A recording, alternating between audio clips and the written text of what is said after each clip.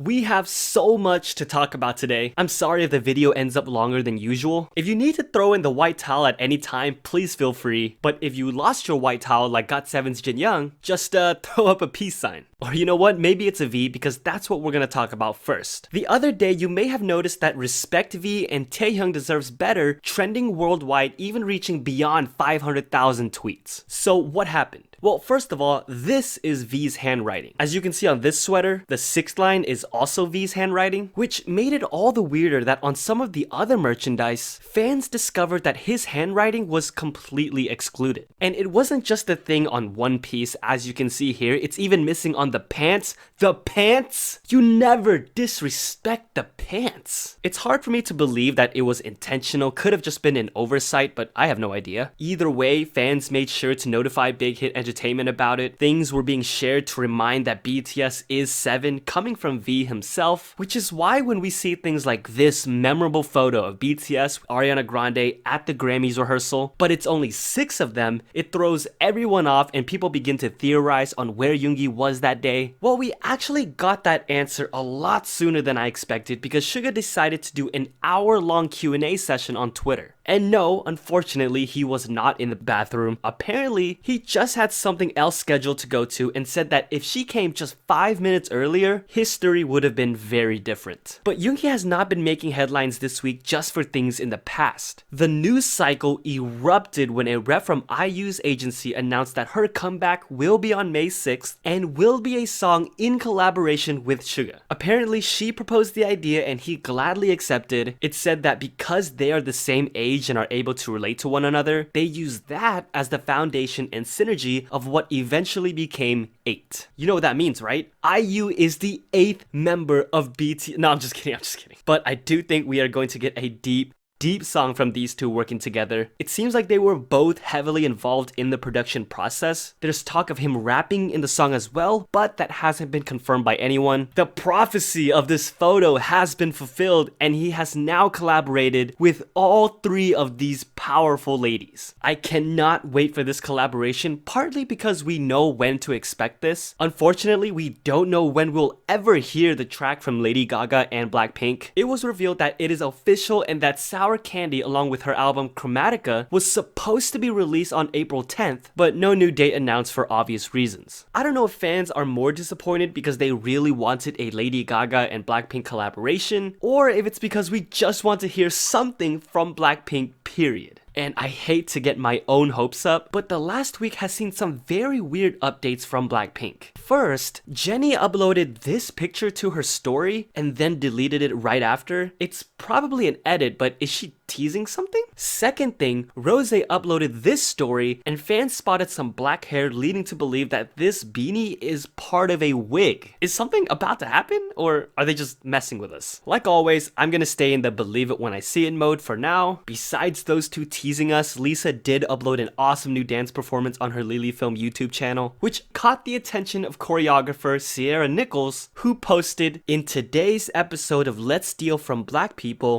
a Korean singer gets 7.8 million views in a day using most of your choreography. Love that for us." To which then she clarified a bit and said that she wasn't trying to start drama, but it was clear where the beginning got its inspiration. But then in the same statement, she says that it's clear they're not doing anything like mine. That's why I'm fine. So at this point, I was confused as to whether or not she was upset. Does she think Lisa took her choreo or not because she's flip-flopping back and forth? Let's clear some things up. Lisa was not the one who choreographed the dance in the first place. Well, first of all, she's Thai. Okay, secondly, Lisa was not the choreographer and never claimed to be, as the one who did was credited in the video. Who, by the way, seems to be somewhat acquainted with Sierra as they're both following each other. So when someone asked the choreographer why they stole from Sierra's work, she stood up for her fellow choreographer, which then made people question why it seemed like she was going after Lisa, but defended the one who actually choreographed the dance that caught her attention and started this whole mess. People speculated that it's because she knew it would gain more attention if Lisa's name was involved. This led to a lot of backlash and mass emails. Eventually, after quote, taking some time to seriously compare the two, Sierra apologized to Lisa, the choreographer, YG Entertainment, and everyone else who was affected.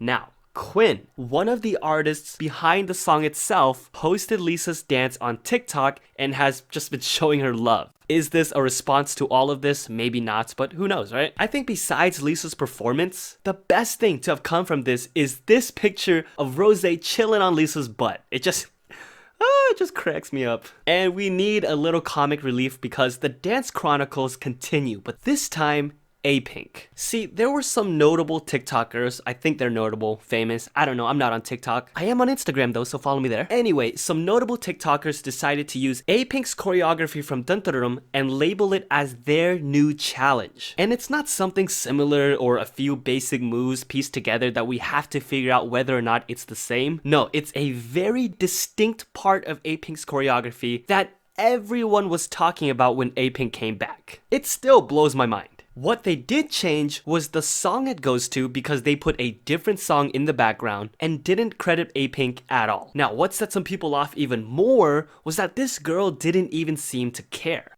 Questions, feel free to ask me. Otherwise, go talk to Apink or somebody who wants to listen to negativity because I don't care. In this same conversation, she said she did give proper credit to Apink, not the choreographer because she didn't know who it was, but fans have pointed out that the comments were disabled while still no credit has been given. It seems like in their message to writer Jeff Benjamin, they explained why there was no credit at first because she didn't know who it was, that the comments were disabled due to the flood of anger. He made sure to let them know who to credit once again and says that he still didn't see it. Their message and the tone of it seems to contradict their attitude on camera, probably because he is someone of note. Wow, people are not dropping this video. Like, seriously, we already gave credit to the correct girl group that created the TikTok dance, and we didn't credit the choreographer because we still don't know who that is, but damn, we going viral. Like, I know, you guys posting need to us calm all down. over TikTok, all over Twitter, Facebook, Instagram, Snapchat, literally everything, and we're just like, woo, living in the fame. We honestly don't care because we did do credit, we did do everything right. Those of you who can't see it, it's because you're blocked, because you don't need to be so rude.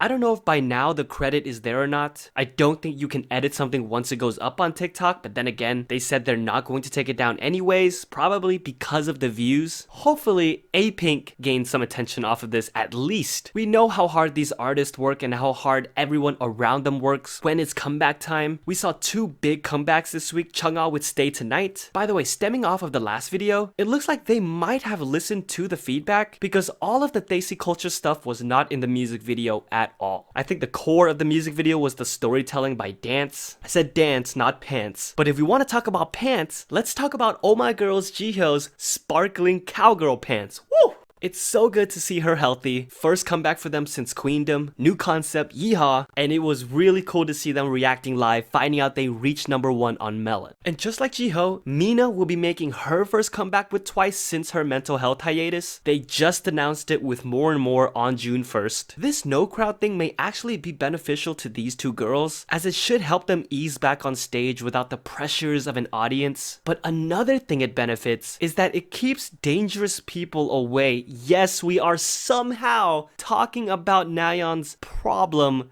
again. My gosh. Last time we did, this person found and somehow got on their plane, leaked Chaeyoung's phone number. JYP had to take extreme security measures and attempt extreme legal action. This person eventually returned to their home country, but now, the turn we all feared this would take is a step closer. It looks like because this person is not getting what they want, they have resorted to despicable intents toward Nayeon. The reasoning is that this is what any sane person would do. But don't worry, this person says, Nayeon would never date secretly while ignoring them. This person then dragged Jihyo and Momo's name into it because what they are doing, dating, is a crime apparently. If this person does anything to Nayeon, apparently it would be because she forced their hand. And there are even more ridiculous things beyond that you wouldn't believe someone actually thinks. There's a sick sense of ownership in these words. This piece of evidence has to be something that tips it over the line once he steps foot in South Korea, right? There seems to be audio as well. I would tell you what it says, but I really don't want to listen to it. Also, if you notice, I'm bringing attention to the situation and not the person or their name. Don't give them the notoriety. Hopefully this will spread the Save Nayeon project, and just report it to JYP, save your own butts, and do not interact. We've talked about so much in this one. I have to leave some for the next video, like NCT Dream's comeback, GWSN, and Chen's baby officially debuting on this earth. So this is where I throw in the towel. Peace.